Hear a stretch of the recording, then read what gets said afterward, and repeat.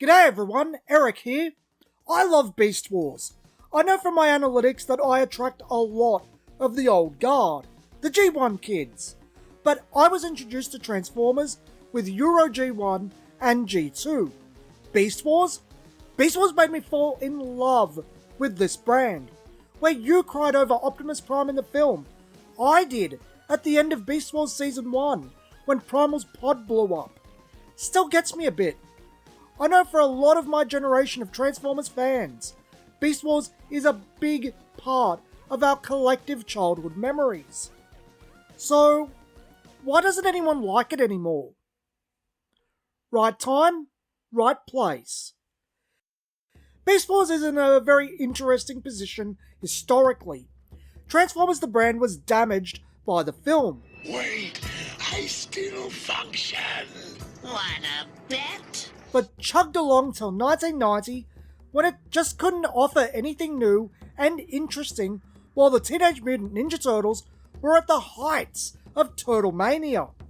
Europe showed that the brand, so long as it had quality toys, could survive on the merits of the toys alone.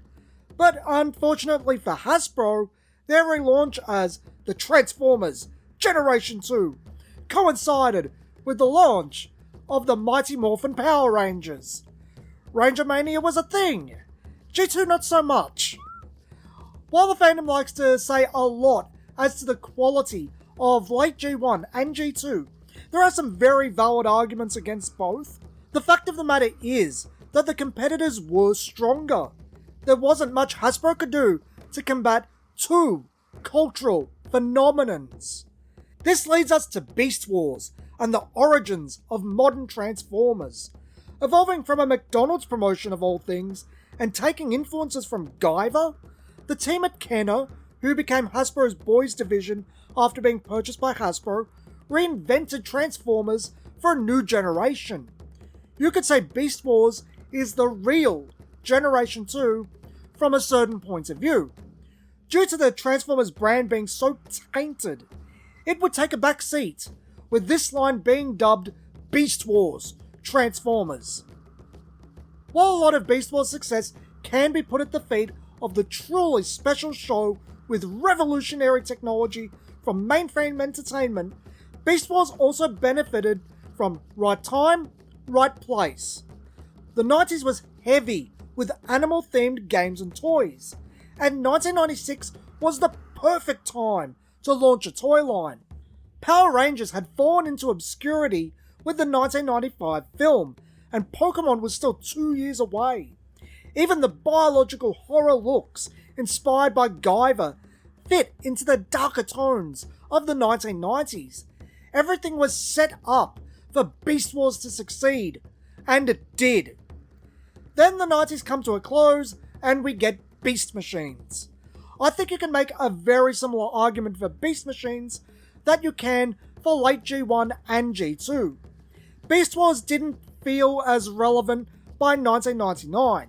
Not only was the branding 4 years old by that point, not only did Transmetal 2 not really bring anything new to the table in the way Transmetals and Fusors did, but Pokemon had taken the world by storm in late 1998.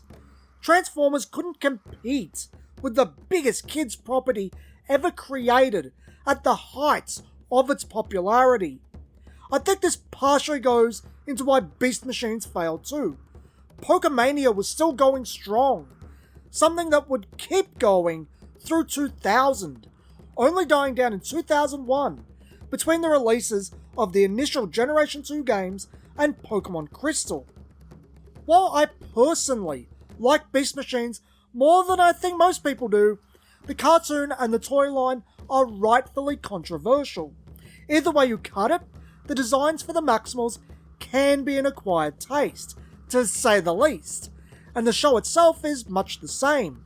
You either appreciate it for what it is, which I do, or like most people, you don't want what it's offering.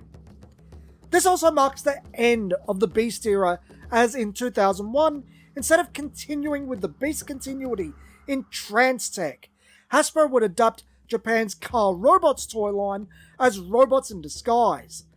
That would start the brand's transformation back into what Transformers once was: vehicles that turn into robots.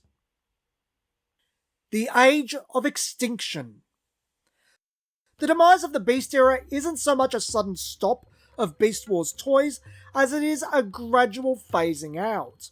As the relaunch of the brand with Transformers Armada was so successful, Beast Wars Transmodels toys were included in later waves to fill slots and meet demand for Transformers product.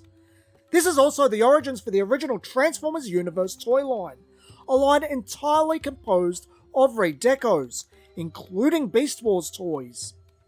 With the 10th anniversary of Beast Wars in 2006, the first red flags that something was wrong with the Beast Wars brand would be raised. Starting in 2005, Beast Wars 10th anniversary would see 6 deluxe toys redecoed with DVDs and a Transmutate Build-A-Figure piece released over 2 waves. A third wave of deluxes was also released, but these toys were completely new.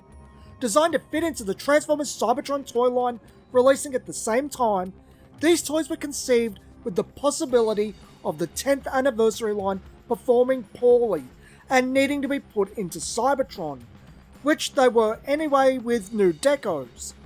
The 10th anniversary line would close out with a 2-pack of formerly Japanese exclusive retools of Optimus Primal and Megatron sold exclusively at Toys R Us in the back end of 2006.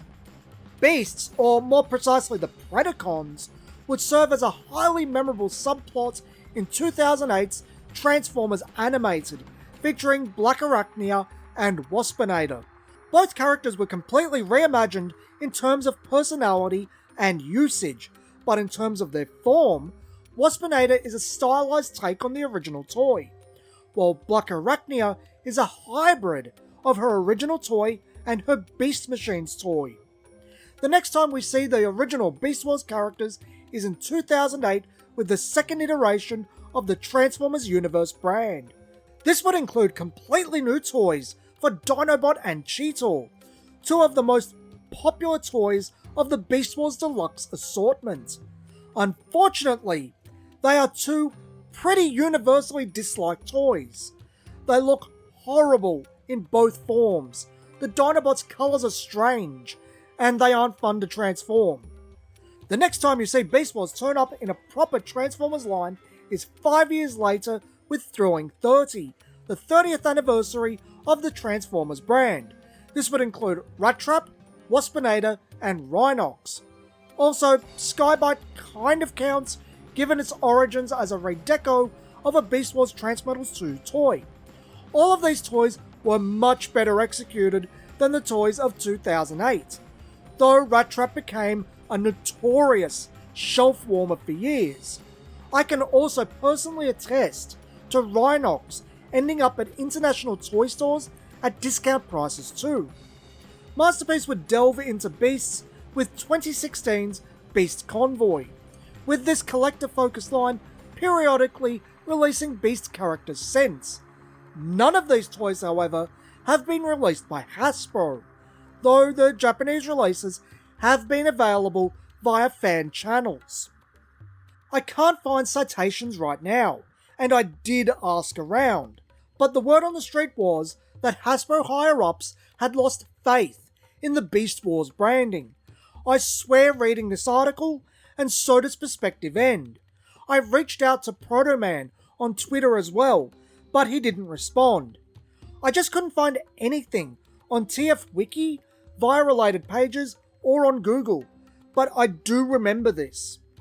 From what I recall, the failure of Beast Machines was brand damaging on a scale worse than the 1986 film, and Beast Wars hadn't performed amazingly well since. The 10th anniversary line didn't do particularly well. The Universe lines were hated, and now Rattrap shelf-warmed. This is the reason for the lack of faith, and leads us to the end of the War for Cybertron trilogy with Kingdom. I'll have a link to Perspective End's video on Kingdom, but to summarise here, 2021's Kingdom coincided with the 25th anniversary of Beast Wars and the 35th anniversary of the 1986 film.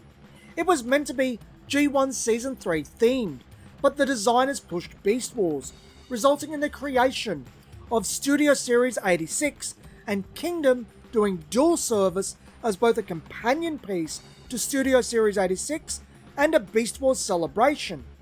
I would wager that the fan contest resulting in Power of the Prime's Optimus Primal being created was a deciding factor. The Beast Wars theme of Kingdom would continue into Legacy, completing the Season 1 cast, then expanding into Season 2 and Season 3, along with the Japanese 2 and Neo. Even a little bit of Beast Machines via Cheetor in core. However, with a few short-packed exceptions such as Inferno, Silverbolt, and Tigerhawk, all of these toys were very slow to move, even on sale. Many ended up at clearance at deep discount. As phenomenal as Transmodel 2 Megatron is, it's not hard to find at half price. Magmatron doesn't really move like prior large commanders did, even with a hefty discount. He's going as fast as Rodimus Prime did. It's not hard to find Leo Prime or Nemesis Leo Prime still.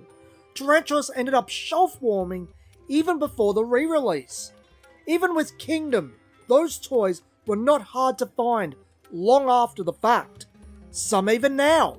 With the new toys in Transformers Kingdom, Hasbro also released Vintage Beast Wars, a line of re-release toys from 1996 and 1997. This line was more aimed at recreating the look of those original toys, rather than an attempt to show accuracy that prior re-releases went for, with the sole exception of Scorponok. This line was also larger than the prior 10th anniversary, but also muddied thanks to inflation, shrinkflation, and a mold recreation. Most every toy retailed at between 2.5 times and 3 times its original cost. While this is perfectly in line with what deluxes go for now, and in the cases of the Ultra Class toys, Leaders, these toys all shelf warm badly. You could still find latter waves readily, while earlier waves were clearanced out, some even going lower than what the original toys sold for. Not one toy from among the 12 toys in the line sold well.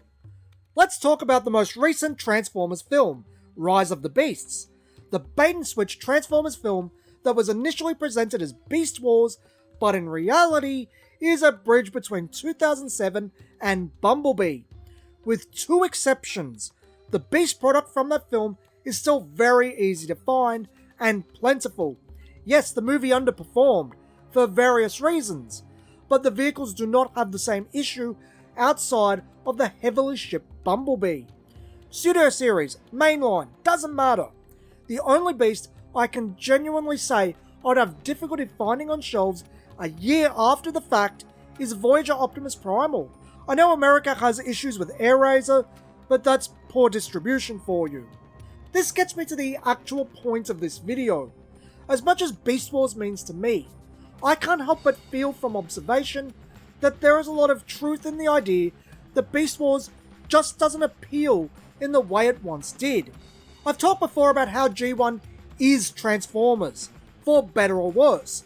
That's the actual, lasting legacy of Armada, the 2007 film, and classics, rather than anything those sublines did themselves. The complete revival of G1 that we've lived through since. But maybe there is something else at hand here, something I mentioned earlier. Beast Wars was the right product for a specific time and place, but not outside of that. Beast Wars wouldn't work prior, and it doesn't work after. It was a moment in time. It's not unusual for toy lines to be stuck in time like this. I love Masters of the Universe, but outside of the Swords and Sorceries 1980s fad, it's failed repeatedly. G.I. Joe used to reinvent itself every generation, but sticking to a real American hero has done it no favours. It frankly hasn't worked since the early 1990s.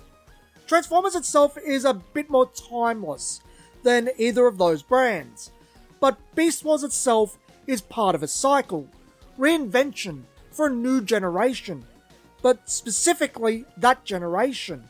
I don't doubt we'll see Beast Wars characters find their ways into things like tarantulas did in Earthrise, but whether the time will ever be right for a return to an animal-themed Transformers line, I have my doubts.